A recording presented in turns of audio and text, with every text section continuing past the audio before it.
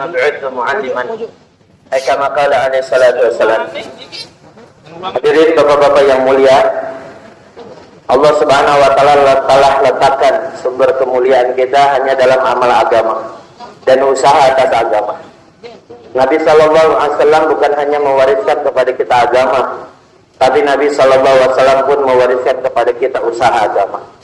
Setiap bayan-bayan Hadrati Maulana Sa'ad di depan para ulama, beliau selalu mengatakan al-ulama warasatul anbiya.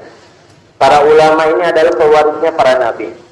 Dan Nabi sallallahu alaihi wasallam tidak hanya mewariskan ilmu, tapi usaha agama inilah yang hakikatnya diwariskan kepada para ahli ulama. Maka untuk menyampaikan amanah agama kepada umat ini dibuat dengan dua cara. Kata beliau, yang pertama adalah menyampaikan amanah agama kepada umat yang ada tolak. Yang kedua adalah menyampaikan amanah agama kepada orang yang tidak ada tolak. Untuk orang yang ada tolak disebut ta'lim. Untuk orang yang tidak ada tolak itulah tabligh. Maka ta'lim dan tabligh ini adalah tugasnya para alim ulama khususnya dan seluruh orang awam. Maka oleh karena itu hadirin makan Allah, seperti mana tabligh dengan harta dan diri, begitupun ta'lim dengan harta dan diri. Maka alhamdulillah Allah Subhanahu wa taala telah berikan kita menyampaikan amanah agama ini bukan hanya di Indonesia saja. Semenjak ada keputusan, maka para alim ulama yang sudah 1 tahun hendaknya membentuk jemaah sendiri untuk 1 tahun kedua. Maka setelah di tahun 2019 ini di ACC, maka saat itu kami dari Jawa Barat langsung membentuk jemaah untuk 1 tahun kedua. Akhirnya keputusan datang dari Nizamuddin di saat corona. Di saat corona itu semua negara tertutup. Maka kami sudah diputus, saat itu ada 5 orang sudah diputus untuk gerak 1 tahun ke Jazirah Arab. Sebelumnya belum ada 1 jemaah yang dikirim atau dibentuk, bahkan diputus. Maka saat itu ketika kita menerima ini, langsung Mas Syekh saat itu ada waktu terakhir ketemu di Bandung. Dan kita suhbah dengan beliau tentang bagaimana kita melaksanakan ini. Ini sudah ada putusan dari Nizamuddin, rute kita akan pergi ke Maroko, ke Mauritania, tapi negara yang hari ini terbuka adalah Turki. Maka beliau sampaikan, ini pesan luar biasa Bapak Ibu. Beliau sampaikan, kalian bergeraklah kalian seperti mana bergeraknya Nabi Yusuf di ruangan Siti Zulaikha. Nabi Yusuf tahu ruangan itu, pintu itu, kamar itu tertutup. Tapi Nabi Yusuf, apa yang dia buat, dia usaha, lari saja. Maka dia lari. Akhirnya ada dimakan Allah karena dia ingin menunaikan perintah Allah, menjauhi maksiat. Maka dengan qudratullah, pintu yang tadinya terkunci terbuka di mana-mana. Maka saat itulah kami katakan, beliau katakan, terus kamu gerak saja. Jangan lihat keadaan, jangan baca keadaan, kamu bergerak saja. Maka saat itu sudah kita putuskan, sudah sekarang rute yang pertama kita pergi ke Turki. Kita tidak tahu yang didengar, berita yang diacapkan, tidak tahu. Yang kita tahu ini, media ini, Masya Allah. Maka Haji Maulana Sa'ad selalu katakan, kalau kita tak ingin tahu hakikat bagaimana kabar tentang dunia yang sebetulnya, baca Quran, jangan baca koran. Baca Quran, pasti kamu akan tahu apa sebetulnya yang terjadi di alam semesta ini sebetulnya. Maka kita pun, sudah. Maka kita baca, kemudian ada dimakan Allah, setelah kita diberikan nasihat, sudah, bismillah, kita gerak dulu. Akhirnya kita minta bergerak, akhirnya di bulan Desember saat itu, tidak ada orang, sepi di mana-mana. Waktu itu Desember 2020, kita mulai bergerak. Harus tes, semua tes tadi, nggak apa-apa. Resiko-resikonya apa yang kita dapatkan? Kita bilang sama jemaah, apa sih paling resiko terbesar? Resiko terbesar ini ujung-ujungnya syahid di jalan Allah. Ini paling itu resiko terbesar. Palingnya ini di tes corona, terus jalan, alhamdulillah Pak. Ketika kita jalan ternyata kita kaget, Masya Allah. Orang dakwah tidak bisa bergerak, orang bisnis dunia bergerak kemana-mana hadir. Ini saya lihat tuh, kita transit di Doha banyak. Ini orang-orang untuk urusan dunia mereka siap resiko di karantina, resiko semuanya. Nah kita untuk urusan ini, akhirnya kita berjalan. Alhamdulillah Bapak yang mulia, pertama kita masuk Turki. Saat itu markas tidak bisa terima, tidak ada semua orang. Akhirnya kita putuskan untuk masuk ke satu hotel. Sudah, yang penting kita bergerak, kata Mas Syekh, kita bergerak saja. Maka jangan sampai dimakan Allah kita ketergantungan, tidak.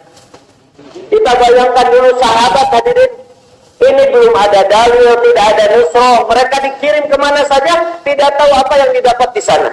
Kita ini sekarang Masya Allah fasilitas lengkap, pesawat ada, hotel. Akhirnya kita hari pertama kita cari hotel, sudah, karena mereka juga booking ya, kita tinggal di hotel. Apa di hotel kita? Tidak, di hotel kita bergerak. Hari pertama jauhlah hadirin makan Allah, alhamdulillah kita langsung kedatangan ahbab-ahbab yang dari Amerika, dari Prancis, yang sedang muter di sana. Yang akhirnya ada satu orang, dia asli Maroko di Prancis. Dia galau, biasanya saya di akhir tahun ini saya kurus. Semenjak corona ini saya tidak bisa.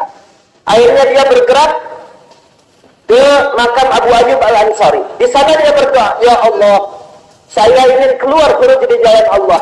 Apa doanya? Ya Allah, tolong dengan wasilah ke makam Abu Ayyub ini, ya Allah pertemukanlah saya dengan orang yang keluar jalan Allah.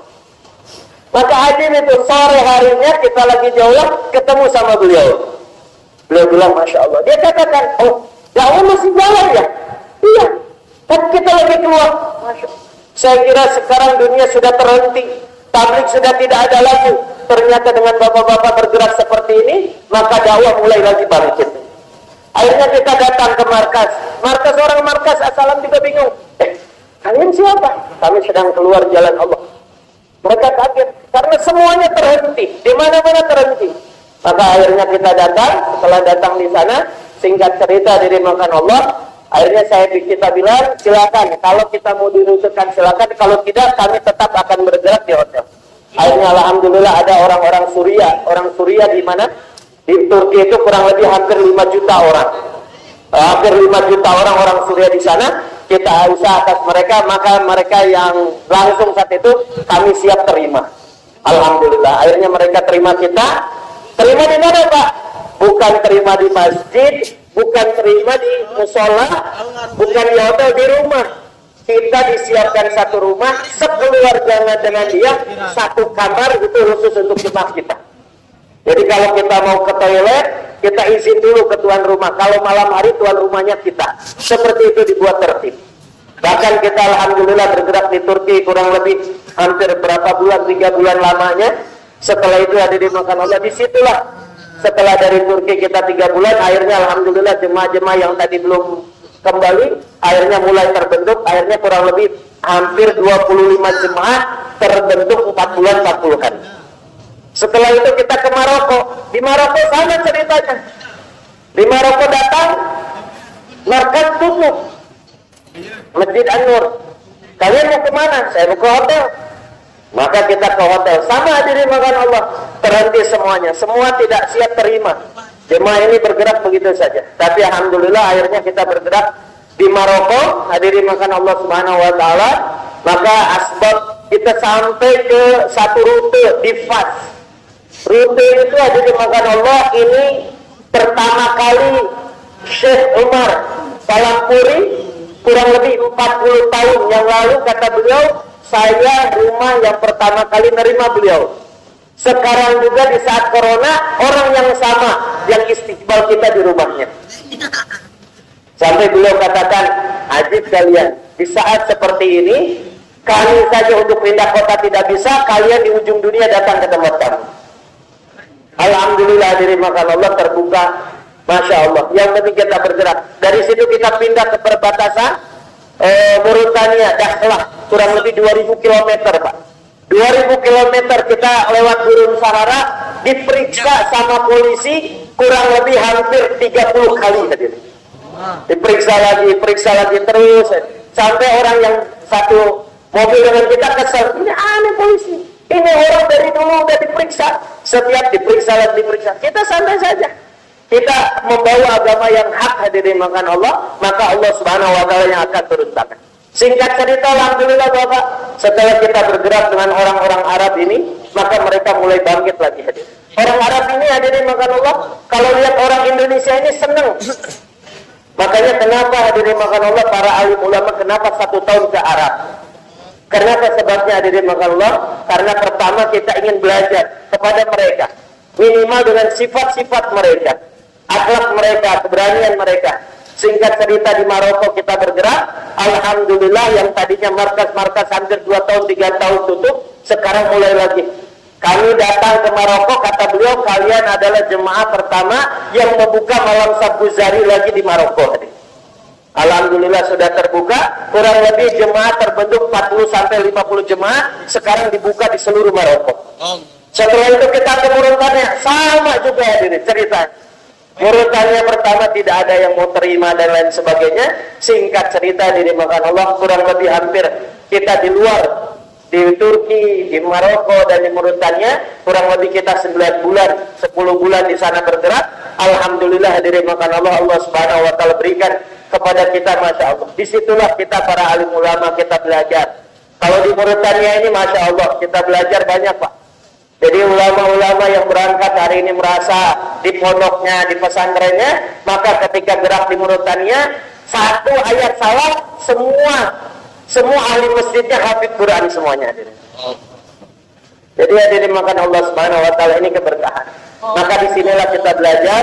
Maka para alim ulama hadirin makan Allah yang sekarang ada di pondoknya, di pesantrennya, maka hendaknya keluar 1 tahun kedua untuk kita merasakan bahwasanya saya adalah bagian dari umat ini.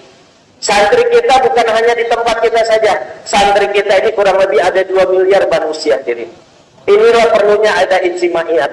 Kalau ijtimaiyat, kalau kita mengandalkan pelajaran bagi saya pribadi, kalau hari ini setiap ulama, mungkin saya punya santri 1 juta orang yang ini, tapi ketika dimakan Allah kita berangkat dengan ijtimaiyat, maka santri kita bukan 1 juta, santri kita bukan 10.000, tapi santri kita kurang lebih 2 miliar manusia.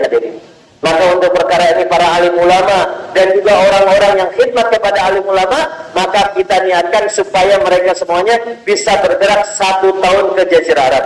Siapa-siap insya Allah. Semoga Allah Subhanahu wa taala terima dan pilih kita menjadi asbab untuk keluarnya para alim ulama, bukan hanya 1 tahun pertama, tapi 1 tahun kedua, dan insya Allah kami jemaah 2024 akan keluar 1 tahun ketiga biidznillah insyaallah.